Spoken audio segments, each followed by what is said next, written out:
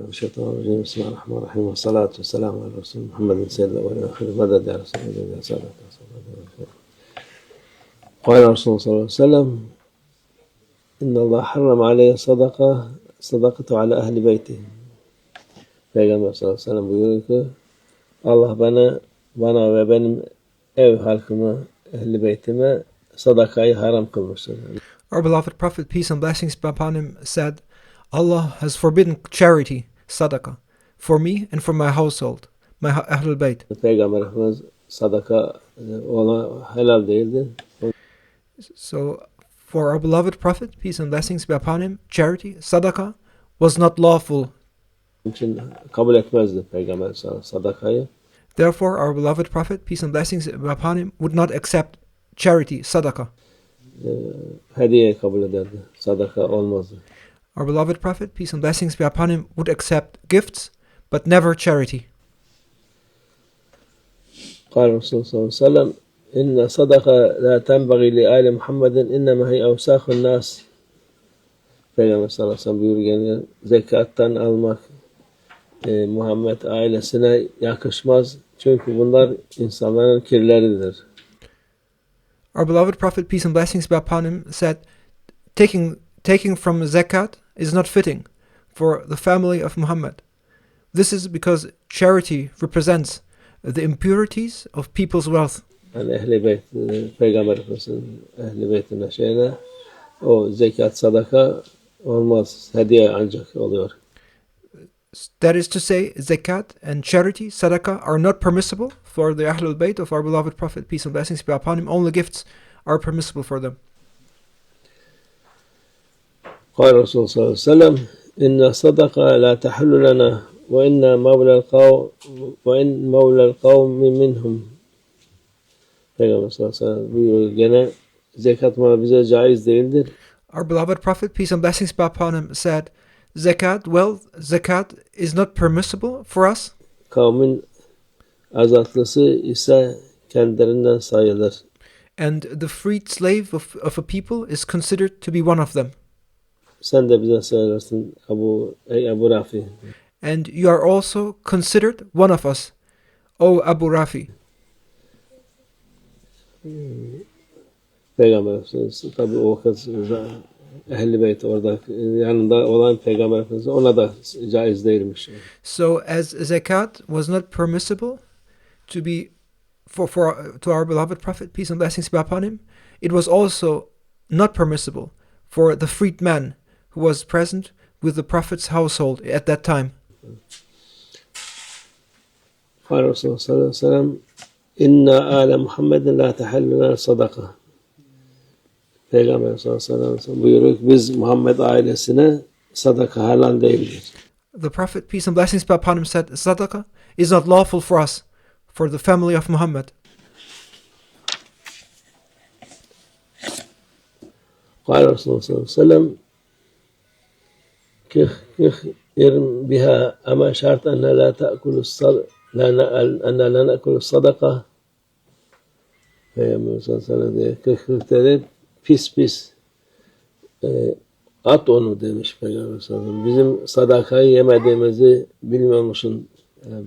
Our beloved Prophet, peace and blessings be upon him, made a sound to make one spill it out, saying kuh kuh.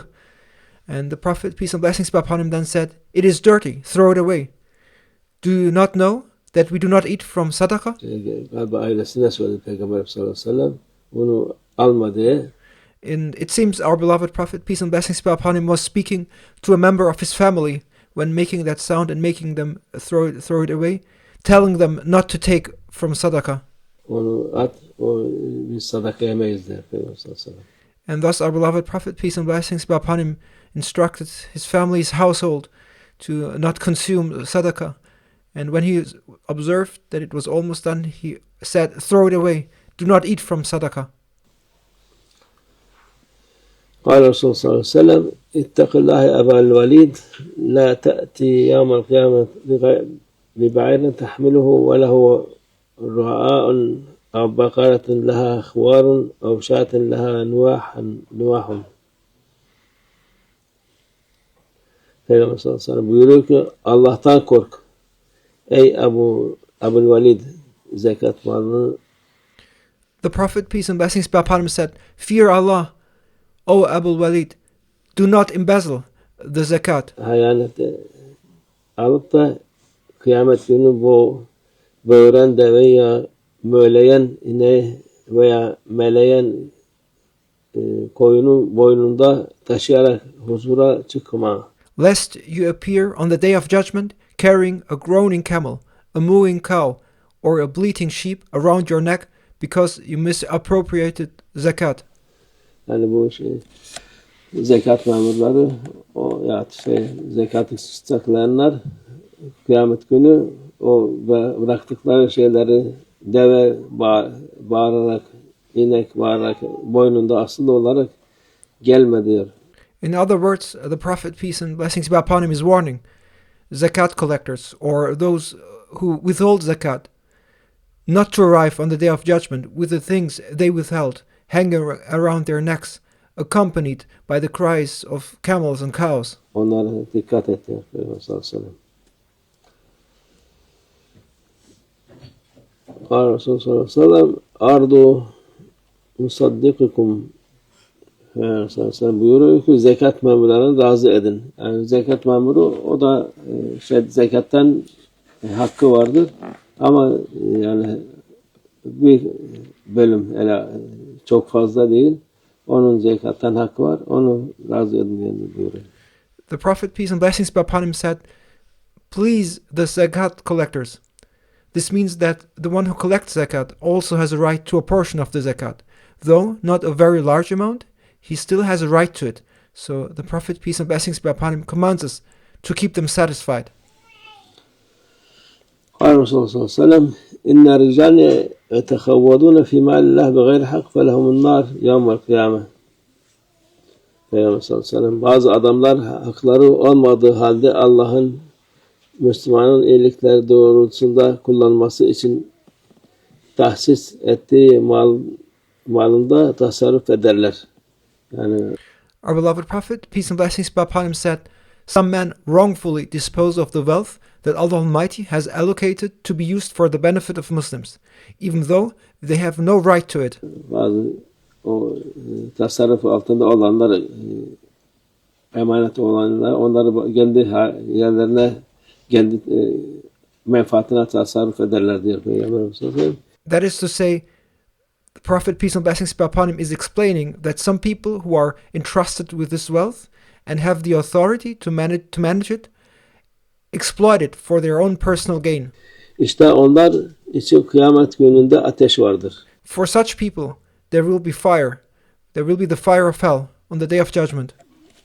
Yani yerine vermekte kendisini alan zekat, sadaka ne varsa onlar kendine alan varsa Allah rızası için verilen onlar da kıyamet günü ateş var onlara Allah muhafaza etsin. Those who fail to deliver zakat, charity, or whatever is given for the sake of Allah Almighty to its rightful place and instead take it for themselves will face the fire on the day of judgment. May Allah Almighty protect us. قال الرسول صلى الله عليه وسلم إن الله تعالى لم يرضى بحكم النبي ولا غيره في الصدقات حتى حكم فيها هو فأجزأها 8 أجزاء. Peygamber sallallahu aleyhi ve sellem buyuruyor ki zekat taksimi hususunda Yüce Allah Azze ve Celle ne peygamberlerin ne de başkalarının vereceği hükme razı olmadı. The Prophet, peace and blessings be upon him, said, regarding the distribution of zakat, Allah Almighty was not satisfied with the judgment of either the prophets or anyone else.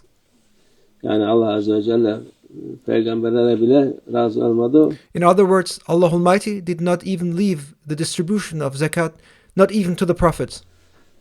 Taksim etsinler ve onunla ilgili hükmü kendisi verip onu 8 sınıfa ayırdı. Instead, Allah Almighty decreed the ruling himself and divided it into 8 categories. Yani Allah Azze ve Celle kimse söylemesin peygamber haksız yaptıkça ne?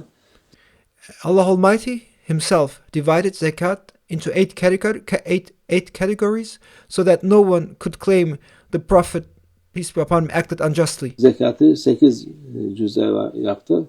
Kim zekat alabilen de herkes açıkça belli oluyor orada. It has been clearly stated who is eligible to receive zakat. قال رسول الله صلى الله عليه وسلم الخازن المسلم الأمين الذي يعطي ما أمر به كاملا موفرا طيبة في نفسه فيدمعه إلى الذي أمر له به أحد المتصدقين. Peygamber sallallahu aleyhi ve sellem buyuruyor ki Müslüman emin sen hazinedardır. The Prophet, peace and blessings be upon him, said that a Muslim is a trustworthy treasurer. Yani Müslüman hazinedar olunca emin olurdu. So when a Muslim became a treasurer, he must be a trustworthy person.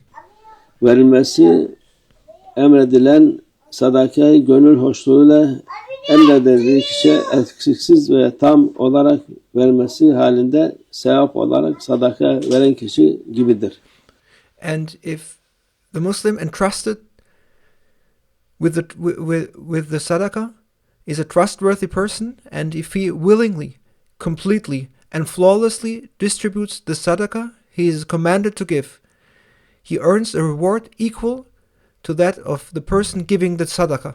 Yani o Müslümana ona tevdi olan sadakaları yerine ulaştırınca o verilmiş başkasının verdiği sadaka kadar da ondan sevap olur. When a Muslim therefore delivers the entrusted charities to their rightful places, he receives as much reward as the person who originally gave that charity. Sadaka Resulullah fîmâ kâle kâmâ kâle.